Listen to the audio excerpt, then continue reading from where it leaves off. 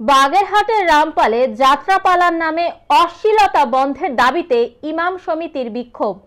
বাগেরহাট থেকে AH নান্টুর report.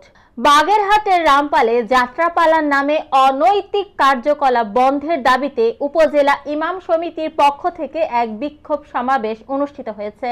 বুধবার ৮ জানুয়ারি বিকাল 4:30টায় উপজেলা ইমাম সমিতির নেতৃবৃন্দ ফয়লাহাট বাসস্ট্যান্ড মসজিদের সামনে এক সংক্ষিপ্ত সমাবেশ ও সমাবেশ শেষে খুলনা মোংলা মহাসড়কে এক বিক্ষোভ মিছিল বের করেন।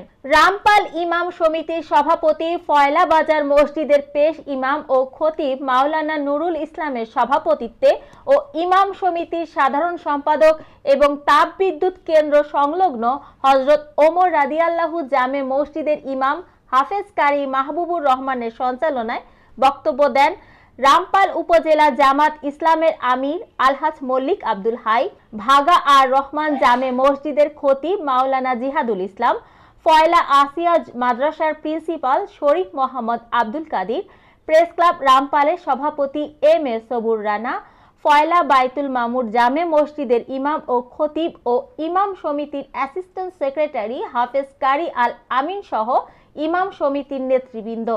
মিছিল ও সমাবেশে উপজেলার বিভিন্ন মসজিদের ইমাম, রাজনৈতিক নেতৃবৃন্দ সহ বিপুল সংখ্যক মানুষ উপস্থিত ছিলেন।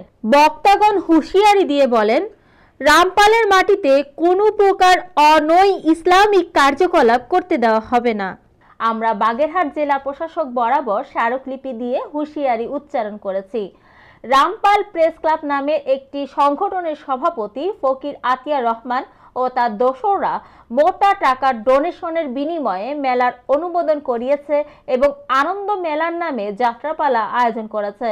বিষয়টি জানাজানির পর এলাকার সাধারণ মানুষ ও তৌহিদি জনতার মধ্যে চরম উত্তেজনাকর পরিস্থিতির সৃষ্টি হয়েছে। অনাকাঙ্ক্ষিত পরিস্থিতি এড়াতে আইন শৃঙ্খলা রক্ষাকারী বাহিনী সতর্ক অবস্থানে রয়েছে বলে নিশ্চিত করেছেন রামপাল থানার ওসি মোহাম্মদ সেলিম রেজা। মৌমিতা তন্নি, জিবিসি টিভি, ঢাকা।